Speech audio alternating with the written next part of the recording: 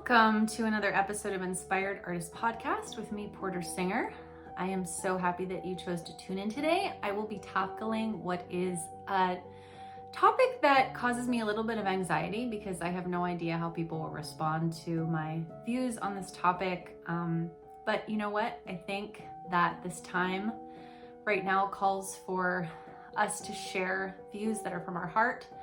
And I think that it's not necessary to stay with mainstream narratives on things that we don't agree with. But I will say right off the bat, I agree with a lot of things that are being said, and my disagreements with this topic, with the topic of transgender issues or transgender topics, has to do with kind of a broader understanding and wanting to take a deeper dive into what's really going on as opposed to what's being assumed by pop culture right now. So to that end, here we go.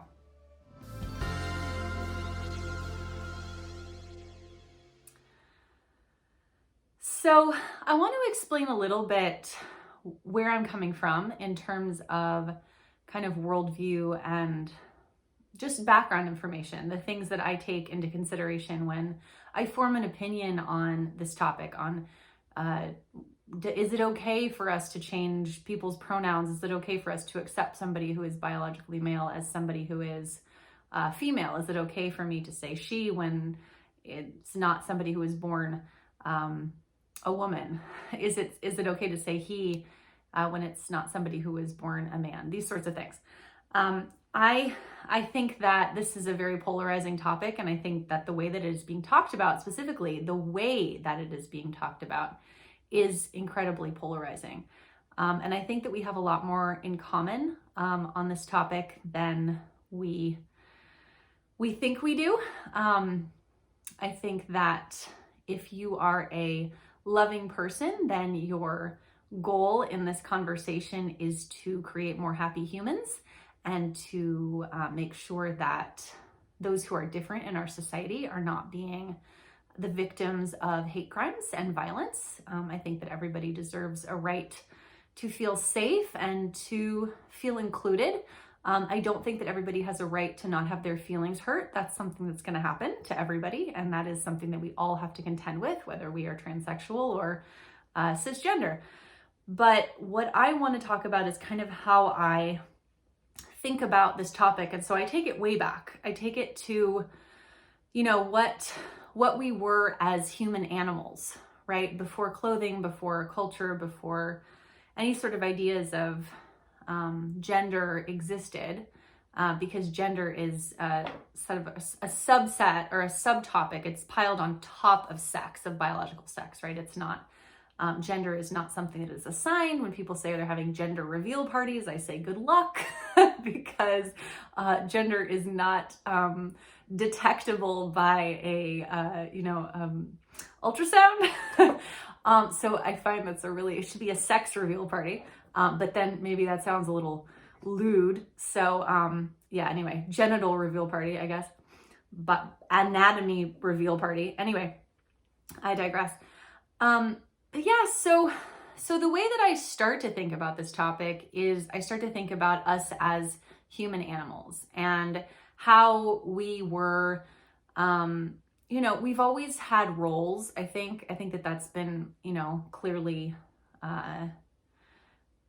defined by those who study prehistory, perhaps as the human animals, it seems like, and I'm willing to be wrong on this, but from what my understanding, it seems to be like the men hunted, as hunter-gatherers, the men hunted and the women gathered and made things that were useful and took care of the children. And that was a function of their anatomy, really. I mean, that was a function of the fact that probably as someone who could be pregnant, you did not want to be out hunting. You also had to have some sort of, protection in that state. I've been pregnant, and that's a very vulnerable state. So, as animals, when our only roles were to create other humans and our only roles were to stay alive. And then, as a subset of that, to create other humans. I think that those roles in terms of our anatomy made a ton of sense, right? And even if they didn't, that's what it was, and we can't change that. That was history. And then, you know, when we move further, so I heard these evolutionary biologists talk about how there's sex characteristics, in other words, like anatomy. You know, when we talk about biological man, we think of testicles and prostate and maybe pecs, facial hair, different, you know, there's certain anatomical truths about being born a certain way, being born a quote unquote man, right? And then, you know, there are certain sex traits that are that come with being born a woman. And then there are secondary sex traits. This is what they were talking about, which I'd never heard that term before, but it's basically just the traits that sort of come along with the fact that you have this biology. So for example, like someone who bleeds on a monthly basis is perhaps not going to have a consistent level of energy in order to do a specific task. There might be a time when this bleeding woman needs to, you know, tend to other things and perhaps rest more. Or when she's pregnant, she would need to take care of that in her realm, because that's just a function of her biology. So those are secondary sex traits. But then there's this whole realm that started with what I see as a culture. And these things have nothing to do with sex. They have nothing to do with secondary sex traits even. They are completely arbitrarily designated, and we have, as a society, adopted them as gendered things. So for example, I'm gonna use things that are gendered, things that I don't believe need to be gendered. Nail polish is for girls. Makeup is for girls. Sports are for boys. Pants are for boys. Dresses are for girls. Feeling things is for women. Crying is for girls. You know, the list goes on. There is a list of things that have to do with our appearance and the way that we ornament ourselves that really have nothing to do with being a woman or being a man, but they have everything to do with appearing to be a woman and appearing to be a man in terms of whatever society you live in. And this changes depending on the society that you live in. For example, when I was practicing Sikhism and I was married to someone who chose to dress in traditional Sikh garb, he wore what looks like a dress, and it's called a chola. Even men, you know, Hindu men, they wear kurtas. These look like dresses. And, you know, what makes it a dress versus a shirt? Well, it's just the length. So it's this arbitrary length of fabric that makes something either female or male. It doesn't make any sense except that we're used to it, and so we accept it. Similarly, you know, for millennia or whatever, you know, until a few hundred years ago, women were considered cross-dressing if they were wearing fabric sewn between their legs, i.e. pants, you know, or for those of you in British influenced countries, trousers. So these things have absolutely nothing to do with our biology. There is nothing biologically necessary that a woman should wear, you know, an opening between her legs and that a man should not. There is nothing having to do with biology or even secondary sex traits. However, that's something that we've become very used to. And depending on what time period you live in, or like Scottish kilts, it's another one, you know, nobody likes it. The Scottish don't like it when you call it a skirt, but for all intents and purposes, that's how it's cut. So from a fashion designer's perspective, it's a skirt that has tartan as the fabric, as opposed to, you know, polyester or cotton or bright pink or whatever. It's not functionally for that culture a skirt, but in a different context, it would be a skirt. And it's very male. The men who wear kilts, I mean, if you've seen some of these fantastic photos of men wearing kilts, it's a very hot, you know, it's a very hot, manly man that wears a kilt. It definitely doesn't feel like he's cross-dressing, right? So, but it's, for all intents and purposes, he's wearing a similar piece of fabric that he could be as a girl or as a, as a drag queen, right? But it's a very different context, and we think of it differently, and there's no reason. It's arbitrary. It's completely arbitrary. that these things should be considered male or female. They're not gendered, they're fabric. They are neutral. So this is how I start to think about this topic of transgender, because without understanding gender and the arbitrariness of a lot of what we think of as gender, it's very difficult to have an intelligent conversation about transgender.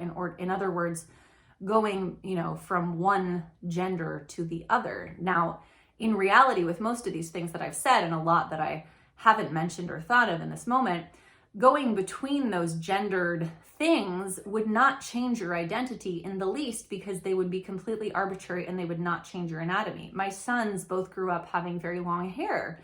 And, I think at one point somebody told my oldest son, only girls have long hair. And he came home and he was like, somebody said I was a girl because I had long hair. And I'm like, well, do you still have a penis?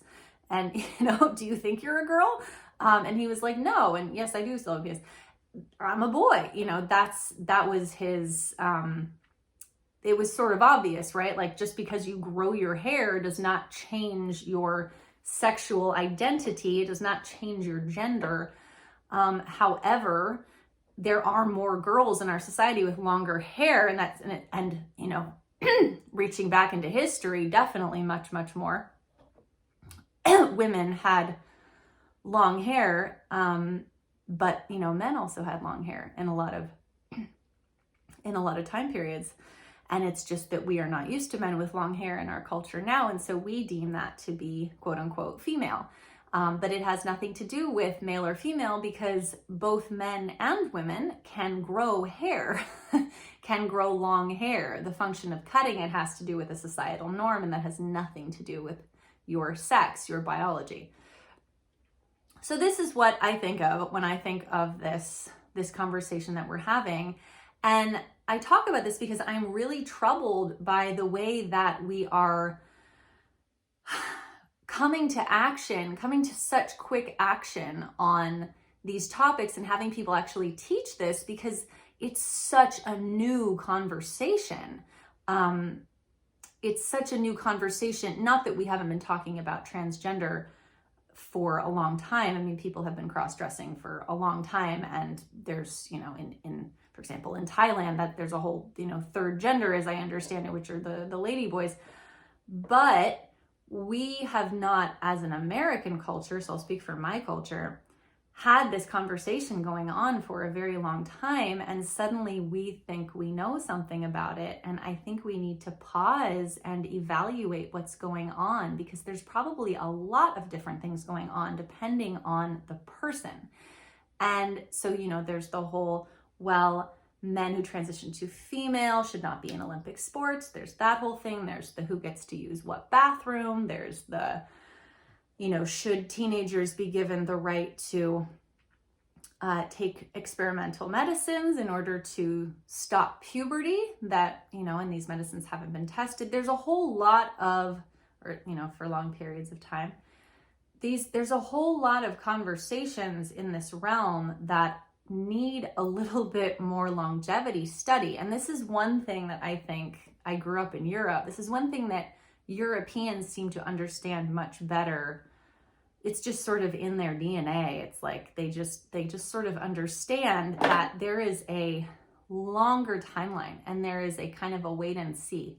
The determination is yet to be made. There is so much that has happened before us. But in the United States, we're kind of a young country, so everything that is new is like, we got to hop on it fast. And the Europeans are surrounded by a literal, living history with their buildings and things that are constantly in need of repair and maintenance and restoration.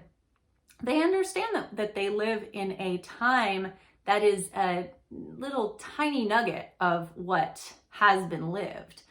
So I would encourage anybody thinking about this topic to understand it in that context too. I mean, this podcast is not the be all end all of, obviously not that you're expecting that, of, conversations about what's happening in terms of transgender rights or issues in our country.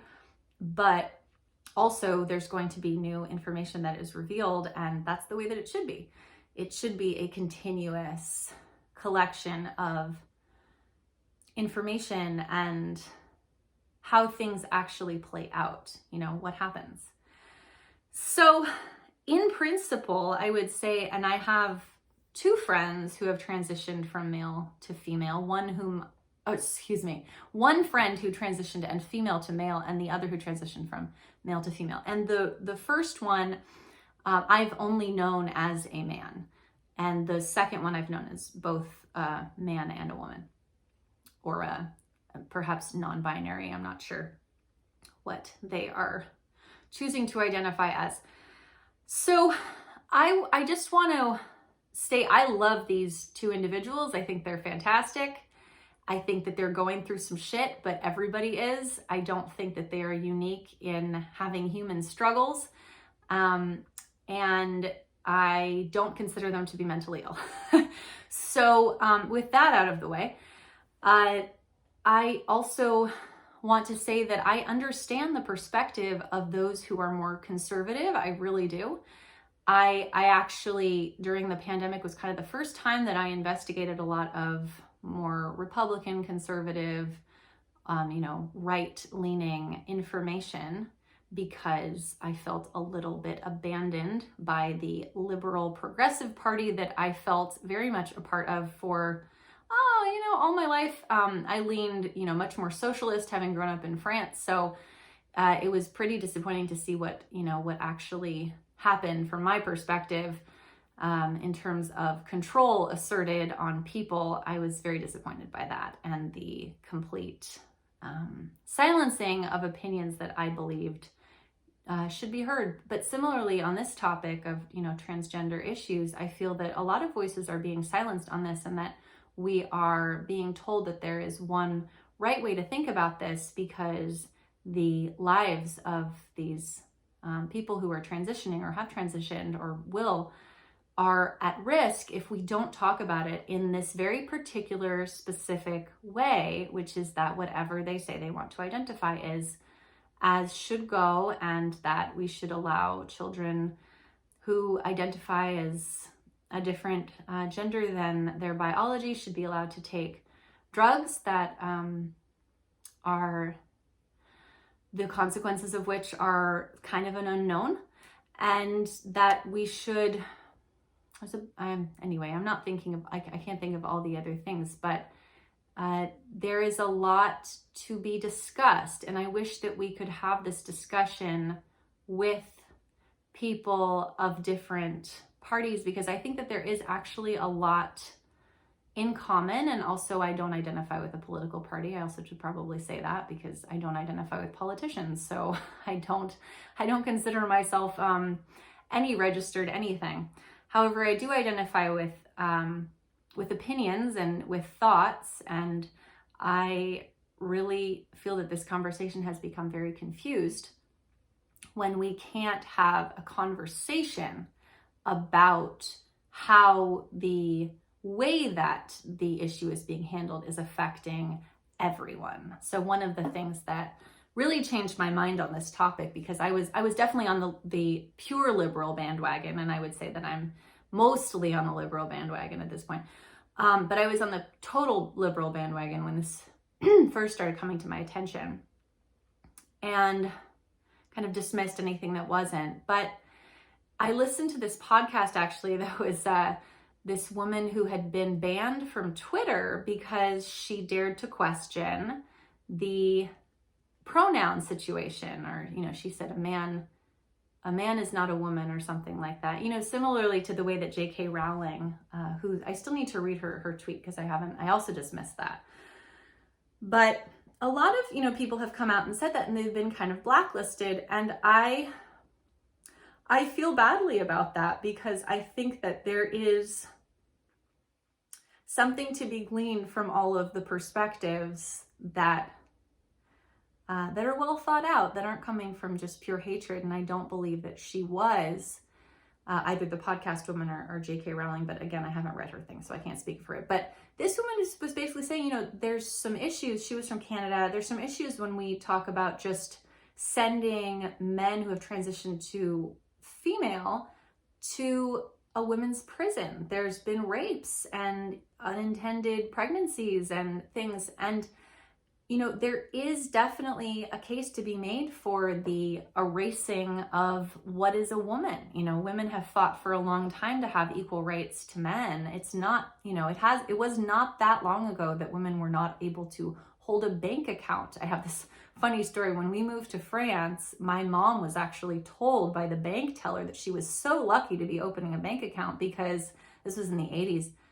She was so lucky because women had just been given the right to open a bank account without the consent of their father or their husband. She looked at him like, oh, gee, thanks. We've had that right in the States for a while. Not that the United States is a bastion for women's rights, but you know, we haven't been able as women to own property for that long. We have been property for a very long time. So the idea that a man, a biological man, could take our identity, which is part of a whole history of struggling for equality with men, and just take every, you know, compete with us, if we're talking about the Olympics, for example, or have the right to come into our bathrooms, which we felt were a safe space. I'm sort of echoing the sentiments that I've heard. This isn't something that, you know, it's funny though. It's like, I've never had a problem with somebody coming into the women's bathroom and feeling uncomfortable. So in theory, these all make sense. But then you go and think about, like, when was the last time you felt threatened by a transgender person in a bathroom? And I can personally say never. So, but, you know, these are things that people say, and people have legitimate concerns. I think these are not concerns that you should yell bigot at. These are concerns that we need to explain. We need to have a conversation about. We need to debate, because we aren't going to get to a place of comfort with any type of person that may be different from what we thought was, you know, normal, if we simply force all of those who are not comfortable by decree to get comfortable. That's not going to work. We need to be able to have conversations. And for that, we need to be able to ask questions, and we need to be able to say things that might offend somebody. But we need to have those conversations. So I feel that the silencing of the, you know, the conservative opinions are really actually damaging to the plight of the transgender person, because we want these people to feel safe in our society. And if we are by force or by shame, you know, shame is used a lot to silence people. And I don't believe that I believe that they just go and get stronger and rally more people behind them. I really don't think that shuts anybody up. It just gets you temporarily gets them out of your way, but it's going to come back. I remember from reading this book that it's called The Last Years of Ancient Sunlight, I think. They talk about these prehistoric tribes, and whenever somebody would think the way that somebody naturally does in a capitalist society, like, I'm going to use other people to grow in my power or whatever, this would be considered like a kind of insanity. And so these people would be shamed and banished. And what happened was, these people who were banished all gathered together, and, you know, this is what the book was saying, but it's kind of an interesting idea. These people all banded together, and that's society today, right? All of the crazy people were just gathered together and rallied their troops. And now we have the culture that we have today, which is all about that. And basically everyone is indoctrinated into this completely crazy concept that is considered normal, sort of like nail polish is for boys and not women, or for girls. So I can't remember where I was going with that. All right, my kids came in. So yeah, what I was getting at was that I really don't think that silencing opposing voices is helping anybody. I think that it is making this situation more dire. One of the reasons that I believe this is because I really like to read the comment sections in videos that I think are interesting. And whenever there's a topic that has to do with pronouns or, you know, any sort of transgender identity politics sort of story that I watch, people will invariably say, like, if somebody has my respect, I will use whatever pronoun they tell me to. But I do not enjoy being, this is sort of more conservative leaning news channels that I follow, because I do really like to understand everybody's perspective. They say that, I'm laughing because my kids are laughing in the background. And they didn't close the door. Hold on.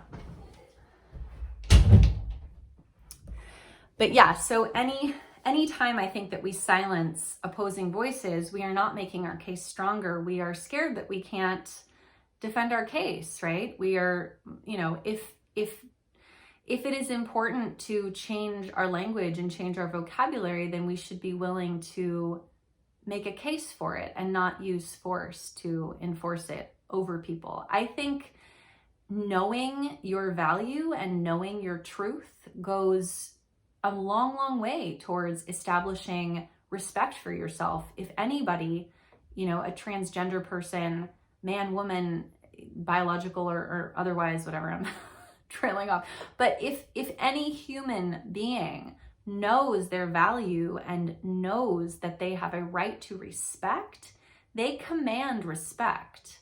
They do not need to demand respect, right? And I understand that we are in a situation where people who have transitioned or have made that courageous leap to make a decision that perhaps their parents were not a fan of or their community wasn't, that they probably have very low self-esteem, rightfully so, right? I mean, they have not been supported, most likely. So to expect them to be able to command respect is probably not that fair, right? But that's unfortunately the way that things go. So I fully support anything that helps somebody who is disadvantaged in some way in our society to get help. I believe that is the function of a government, really. I mean, why else? Like public works, public goods. To me, that's what a government should do. That's what a community should do. However, that's not reality. And I am not a fan of how this is being utilized, how it's being leveraged as a ploy for votes by politicians. I don't appreciate the way that this is being leveraged by pharmaceutical companies to sell experimental drugs to children. I really, really have an issue with that, because I don't believe that. I mean, I thought I was going to be wearing a turban and I legally changed my name, and thankfully all of that is reversible, but I was in my 20s and I changed my mind.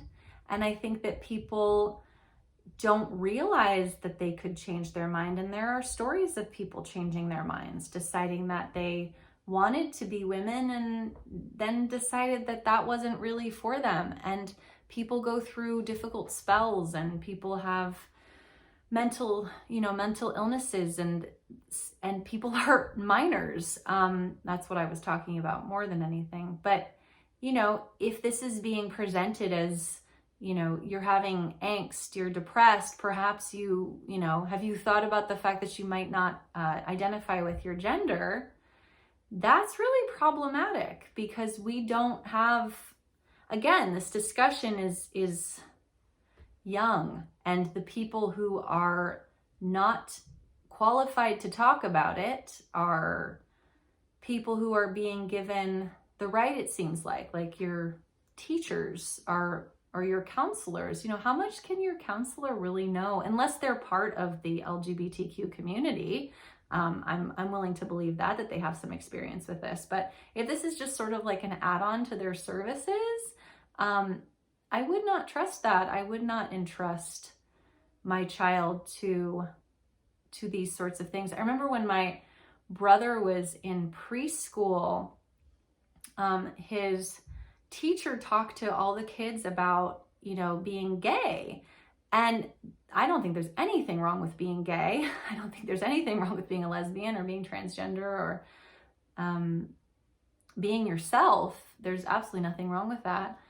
But I don't think that things are normalized by making a big deal about them to preschoolers. And he was very confused because you can't really understand sexuality until you understand sex. And that's not something that I feel comfortable with a preschool teacher teaching children. That doesn't make any sense. It makes more sense to teach it as part of biology in the context of, intercourse and how humans are made. I believe in middle school around puberty, maybe younger, who knows, maybe older. That was how it was done in France, and I thought that it was very tasteful. We didn't have to go to a special class called sex ed and be real awkward and whatever about it. It was taught within the context of biology class because it is biology. That's part of our biology, guys. So I'm trying to think if I have anything else to say about this issue, because I don't want to just keep going to different things, although I think I've done a reasonably good job of continuing the trail here. I would just say that for the sake of those you love who could at some point decide that this path is something that is authentic to them to transition, I would keep all of this in mind, that there is really, in my mind, yes, there is a clear definition of what a man is and what a woman is. And also language evolves. Language evolves. We change it all the time. Words are invented all the time. We decide to use words in a different way all the time. Like, man, that's hot. That's cool. Bitchin', there's just, the expressions are created and we all adopt them. And the only thing that is normal is what we're all used to. And what we're used to changes all the time. And things are changing so much quicker now in our day and age. And it's sometimes hard for our minds to catch up with them. So I would just encourage anybody listening to this is my plea, is just please keep an open mind, whether you're talking to somebody who is extremely conservative or extremely liberal on this topic. They have a reason why they think what they do. And most often than not, it has to do with a feeling of them feeling safe in this society. And if they feel that something is going to hinder their safety, then they're going to have a very strong opinion one way or the other. And to be compassionate about that. That is their truth. And in listening to the sometimes ugly opinions of people that you don't agree with, you learn something. We learn something from understanding different perspectives on a topic. If you are surrounding yourself with people who all believe the exact same thing, you're not being challenged and you're not allowing your mind to expand. You're not, receptive to new ideas. You are closed off in your little bubble, and that is not conducive to a harmonious society. We have to be willing to hear out other people. I also think that at a political level, I would really like to see more than two parties, because that's not representative of the full spectrum of what people believe. I was talking to my coach, Astrid, yesterday, and she was saying how in Norway they have maybe they have a bunch of parties, but it's basically like a fan. It fans out and it goes from the extreme left to the extreme right. And I'm not sure if you've heard this, if you're in the United States, just so you're aware, the fan of the ideas in American society is about that. It's like extreme left, quote unquote, extreme right, and they're pretty close. But there's a whole range of ideas, and we can learn from each other. And in having to create coalitions or create agreements between each other, we become stronger in our, or not stronger, but we become better at understanding a topic. Because if we're only seeing it from one perspective, we're not seeing everything. It's just a partial truth. And the more perspectives we can get, the fuller that truth becomes. Even if those quote unquote truths are not, relevant to your life, they are to somebody else. And that's why they need to be considered. And I think that we are, in the pendulum, I think that we have just swung very far to one side of the pendulum, and we're seeing people really resist that swing. And so I think that we're gonna, ideologically, hopefully come more towards a balance and understand that our fellow humans are not so dissimilar from us, that we share similar goals. And even if we don't state our values in the same words and within the same context of like religion or morality or whatever, even if we don't talk about it in the same vocabulary, we still have a very, very compelling similarity in our needs as humans. We need love, we need security, we need food, shelter. And I think that there is a really strong case to be made for harmony. And I also want to mention, I think this is my last point, that I think that people who are questioning, and I should have mentioned this earlier because this is something that I feel really strongly about, people who are questioning the norms of our society should be applauded. They are courageous, they are brave, and they are visionary. And smells like smoke downstairs. Okay, maybe they made popcorn. I hope they did. But anyway, people who are on the leading edge of society, I feel, are the transgender population right now, because they are seeing something that a lot of people are not, and they are questioning it and they are uncomfortable with it. And I think that that is something to be applauded and something that needs to be added to the conversation in a respectful sort of look at this kind of way. So that's all I have to say about that. I will see you in the next episode.